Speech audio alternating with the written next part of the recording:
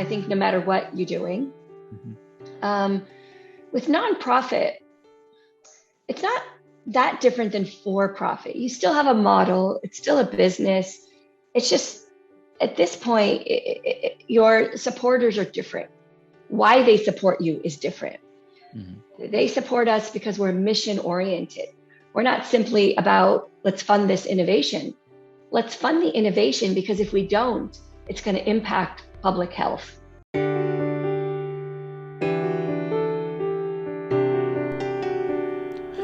Hello fellow leaders, my name is Prasad Vadlamani and I'm your host of the Indian Leadership Podcast. I'm delighted to welcome you to a very interesting talk with Mona Jhaveri, who shares details about her life, being raised as a non-Indianized American, even though she was born to multi-religious parents who immigrated to the USA from India. She poignantly explains how, in spite of having materialistic things, she understood the value of culture, belief system, and prayer when needed emotional support. She drew upon her multifaceted abilities in order to start an innovation-focused non-profit charity organization called Music Beats Cancer, which she describes as a healthcare upstream organization and selling innovation as a mission. This is a fascinating episode for someone who is trying to sharpen their leadership or wanting to start a new business. I hope you enjoy it. The way I look at it, first without realizing what the organization about it, it seemed like an alternative therapy, okay, alternative treatment, like someone is going to play violin when next to cancer. It was very disturbing image. But then I researched about it and I'm looking at now you're actually combining the facets of charity, facets of venture capitalism, right? And also startups and all that, right? So it is fascinating, but it got to be hard work, right? Like, how did you manage to do that? Like, what are the people say you need grit, right? You need more grit in non-profit than profit, right? How did you manage to take this off ground as a woman of color? It's an interesting question. You need grit, I think, no matter what you're doing. With nonprofit, it's not that different than for-profit. You still have a model. It's still a business. It's just at this point, your supporters are different. Why they support you is different. They support us because we're mission oriented. We're not simply about, let's fund this innovation. Let's fund the innovation because if we don't, it's going to impact public health. And if you're really about public health, you should be about innovation. Innovation is when we think about charity, and classically, charity has always been about saving the people that are drowning. For example, the homeless, the person sick of the hospital, the person who can't fund their medical treatments, type of thing. Those are the people that are drowning. But what about funding people who can stop the flood to begin with? If you have an image of a flood, you have people drowning, and then you have these people that are swimming upstream that are trying to figure out, how do we stop this flood? That's who the innovators are. They're trying to figure out, how do we stop this to begin with? And yet we as a society don't fund this as a priority, right? So that's how I see our organization. We're about healthcare upstream, not in the hospital, not for care, and that's the mission. And so I'm selling the mission, versus in any get-for-profit entity, we might be selling a product, but I'm selling the mission. And there's a lot of people who would like that mission, who want to get around it, who are tired of donating to cancer research and seeing no fruits at the end. In some ways, I've learned that we have a very disgruntled public around cancer, and COVID made that more pronounced.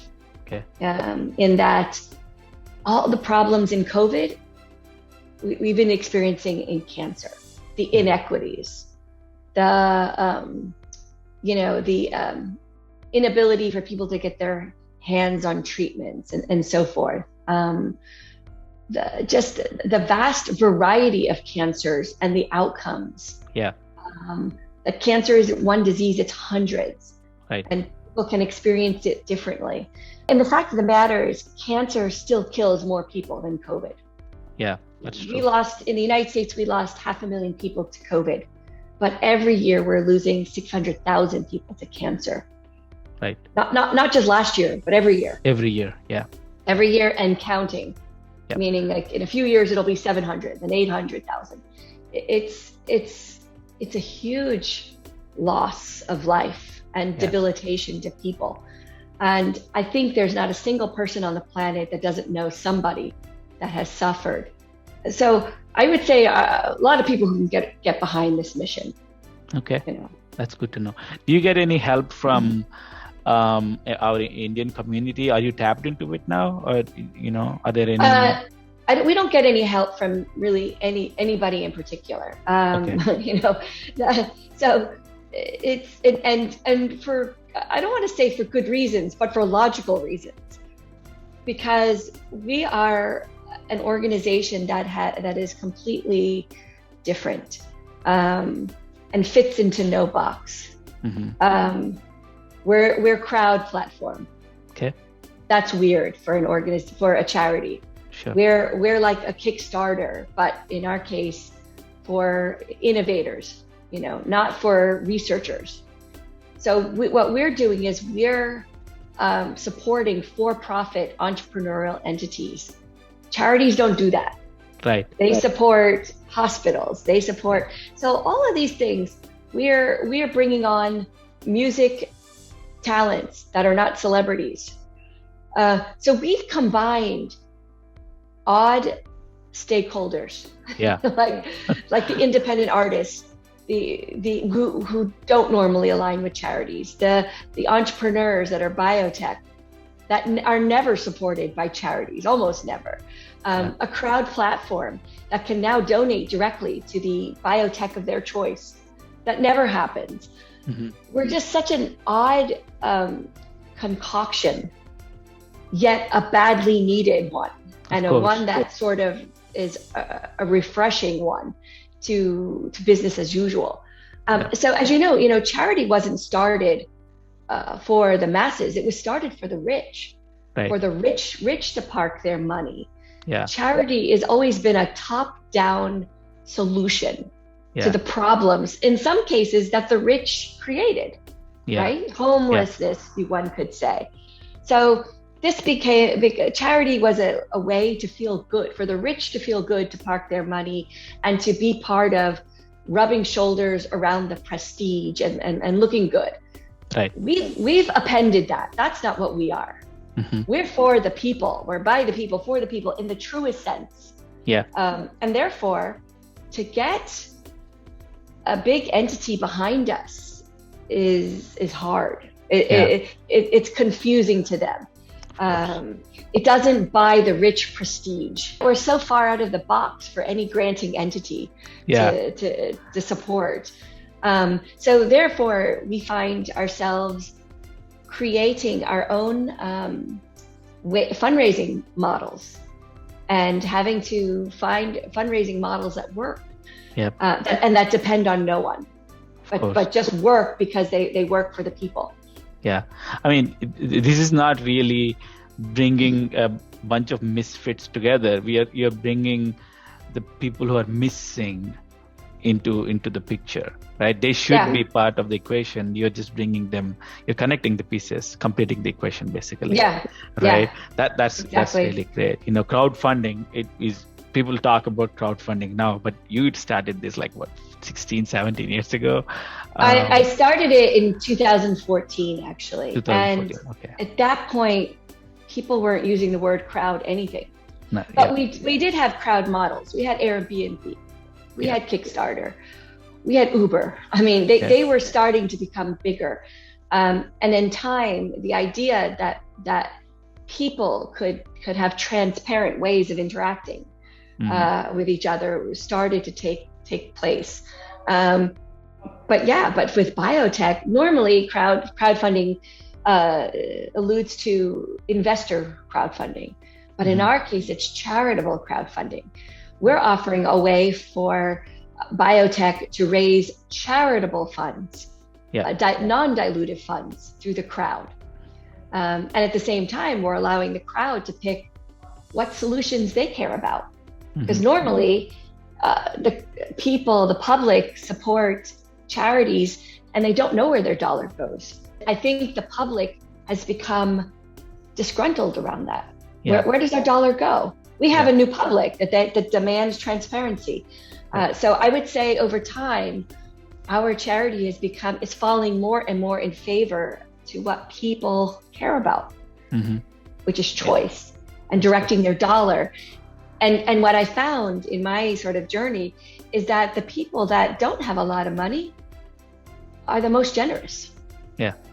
The people that are not the most famous are the most giving. Yeah. Like these artists, they're the most. They are so hungry to see a better world. Yeah. So it's a fascinating, I guess, endeavor to be working with stakeholders that are, in fact, the right people for what we're about. Yeah, Austin is known as the live music capital of the world, because we have a lot of live music here. And anytime we go to any of those live music events, you see a lot of these independent artists who rally around a cause. They do have insurance struggles because they can't get good insurance. But whenever they find some of their own friends needing some help, they come together to go and help them, right? I see a lot of that camaraderie among them. So I think it's a great community that you have tapped into. On that point, I think you have posted recently on LinkedIn about being part of South by Southwest next year. Yes, we have a panel discussion that we are currently going through a voting process. Any listeners out there, if they wish to vote, that would be amazing. It's a panel picker, and I can send you the link. But the way it works is, in order for panels to be accepted, the public votes, and this current panel is about cancer in the age of COVID. And we were able to come together as a world to fight COVID, but can we do the same for cancer? That's what this is about, and I'm hoping it'll get accepted. That's great. So while doing all these, Mona, what is your leadership style or leadership, trait or something that you probably has helped you through? I have taken a lot of leadership training classes. I mean, there's no lie about that, and I should always be transparent, because you asked me about mentors and so forth, and there's clearly people who I admire and follow, but are they the ones that I mimic in terms of my own style? Probably not. I have put myself through some very rigorous classes where I strengthened my muscle as a leader, as I call it. And I have several principles about being a leader. Like, I've got to be my word. I got to be true to what I say, no matter what I'm talking about, being transparent, being a great listener, getting interested. There's all these sort of hard, fast rules about what it is to be a true leader. It's not about yourself, it's about others. The minute that you're thinking about yourself, you've lost your leadership, right? Sure. You need to be figuring out how to help others.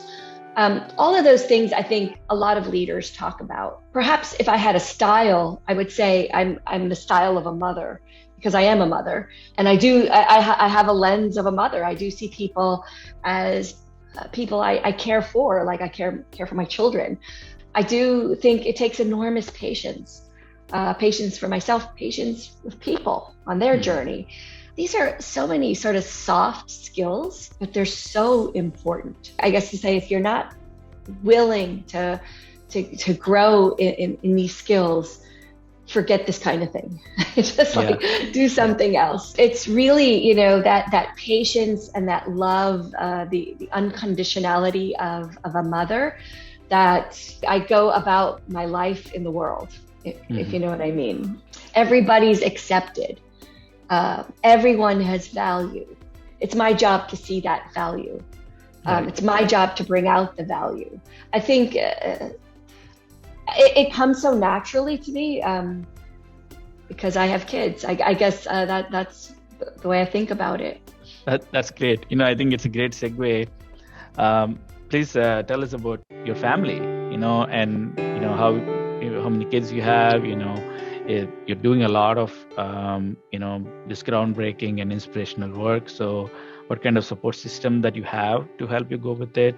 Let's talk about that. Yeah. So I, as an adult, converted to Judaism, and now I'm Jewish, and my husband's Jewish, and my kids are growing up in a Jewish way. And I mentioned at the beginning, I didn't have any religion or community to draw on, but now I do. Mm-hmm. Now I have a built-in one. But that's just one community. There's community of the town, of other mothers, of also me as a scientist. I have my own community of scientist friends. I think that's key. Is tapping your various communities. That's my strength, and wearing the various hats of these communities, and even being Indian. Yeah. That is also a community in my family. So all of those. I have 2 kids. I would say that we live a very normal life, and normal is hard. Yeah. Basically. Right. Normal is hard. Yeah. Normal is hard. Yeah. To have a normal life, which is to have a life of hard work, fun, a dinner table, love, ritual, celebration, weekends of relaxing. It's all normal, but it's hard. Hard to achieve normal. And I don't take it for granted. Okay. See, religion is a very interspersed, fabric of Indian society, but it doesn't define the end all be all of it, right? So India is a complicated, complex society, there for thousands of years, right? It has, created multiple religions. It has given refugee to multiple religions, etc. So right now, while you're raising your kids as a Jewish family, but how do you tap into the Indian into that connection? Do they have an Indian connection? And it's fascinating that you say that, because in fact the whole situation is fascinating. They're Jews, but they're Indians too. They have Indian roots, and I have taken them to India. I have taken them to their respective grandparents' places, and they have relationships with their grandparents. They eat Indian food. They gravitate to the culture. They used to dance Bollywood, they were little. All those things are part of them. And we have the discussion frequently when our daughter says, me or my husband, well, what race should I check on this form? What race am I? and it's, and the question is, I don't know. What is it? You're all these things. I think the key here is that they are all these things, and that's what makes them strong. But at least, they do have a formal Jewish upbringing, and Jewish upbringing tends to be Eastern European. But that doesn't mean there aren't Jews in India. Right. There are, and they have a culture too. And so I think the key here is to be embracing, because more often than not, we as people are multifaceted. We're not in one box. We're in many boxes. And then the question is, how do we dance through the boxes, and how do we make it part of us, and use it for as a strength? And also kids today, they especially if you're anywhere close to a bigger city or not even metropolises, right? So they do have this exposure to different cultures. So probably it's a little bit easier to them compared to the times when you grew up here. Is that true? Okay. I think that's very true. I would say, even if we live in an all-white society, we have access to all kinds of things through the internet. It's interesting because it's actually something that we as a family wrestle with a bit. Are people educated about diversity? Do they know what it is to be of all these different kinds and cultures and religions? Some people, but I would say there's probably that good portion of people that don't. It never comes up for them. Yeah. So those also exist. Okay. So do you have any advice for upcoming leaders? We are targeting primarily the audience would probably be Indians, but there could be others listening. Yeah. So, my advice is I think we hear a lot about mentors and find your mentor. And I just totally disagree. Don't find a mentor, find a collection of them. Right. Gain from as many as you can. What I find sometimes with this concept of mentor is that it suddenly is this crutch, like the mentor opens the door for you, but there could be many people that do that, and you don't know where they're going to be, right, or who they are per se. Don't necessarily, and sometimes mentors can take you backwards because they could be people that succeeded in a different time. And they give you advice about something that in fact is no longer relevant. I get people to give me advice. Some of them are children. Some of them are young adults. In fact, those were my first mentors. Reverse mentoring, right? Yeah.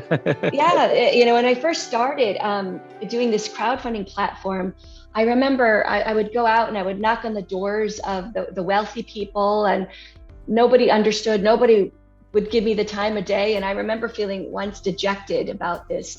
And I'd come home and I had my children were being watched by a babysitter, and my babysitter said, "Well, what are you doing?" And I said, setting up this, crowdfunding platform so people can donate to whatever entrepreneur they want. And she was like, "That's so cool." I mean, it's like I just said one sentence and she got it, Yeah. and I realized that's the generation I need to learn from. Yeah, they should be my mentors, right. Not the ones that did charity in the yesteryears. Yeah. So I that would be my advice.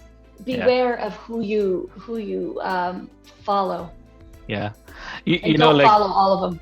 Of course, yeah. I mean, if you give this advice that was traditionally given 30 or even 20 years ago, get good grades, be good at school, and follow the rules, etc. And then you don't be surprised if they say, "Okay, boomer, back at you," right? That kind of advices don't work anymore because it's a different world today, and it changes. And changes. Yeah, that's a great advice, Mona, on that. So now we're going to jump into a fun section of this. If you can say anything and place a billboard anywhere in the world, A, what does it say? And B, where do you want that billboard to be placed? Yeah, so I have this saying that I told you about my running life. And when I was competing, somebody had given me a poster that I loved. And it said, "The race is not to the swift, it's to those who keep on going." And I took that poster and it would sit in front of my desk during my PhD program. And it currently sits by my desk and it's followed me through life. And that would be the poster. That would be the billboard. The race is not to the swift, it's to those who keep on going. And I would love to put it in a place like Times Square, New York City. I mean, where everyone is running so fast. Yeah. But the race isn't really for the swift. It's really for the ones that have their eye on some ball and they just keep going. It's a long race. Yeah. Yeah. Would you have any an extension? I normally don't do that. Would you have any illustration, like image accompanying with that? Think, what would that be? The image, and the image that's always in my head and that's on this poster is someone running, and the road is you could see the road going on for miles. Yeah. And it's going uphill. Yeah. Because the race is not to the swift. I think long distance runners or even runners can totally relate to that. Right? Yeah. That's a great saying. But it also applies to a lot of things in our life, right? So that's fantastic. Thank you, Mona. I had a fantastic time learning from you. Every time I record these sessions, I learn a lot. So for me, it's more selfish that way than anything else. So thank you so much for being part of this experience. And do you have any parting thoughts? Just wanted to share with the audience, if they wish to find our organization, Music Beats Cancer, it's at musicbeatscancer.org. Okay. We will have all that information along with the South by Southwest voting link, voting link in the description, and we'll share it with our network. This is Mona, you're doing, to simply say it, you're doing God's work, and we say, and as they say, cancer is not one disease; it's hundreds of diseases. So it truly requires a multidisciplinary effort and people coming together to solve this problem. So thank you for doing a fantastic job and inspiring all of us. Thank you again. Thank you so much, Prasad. Take care. Bye-bye.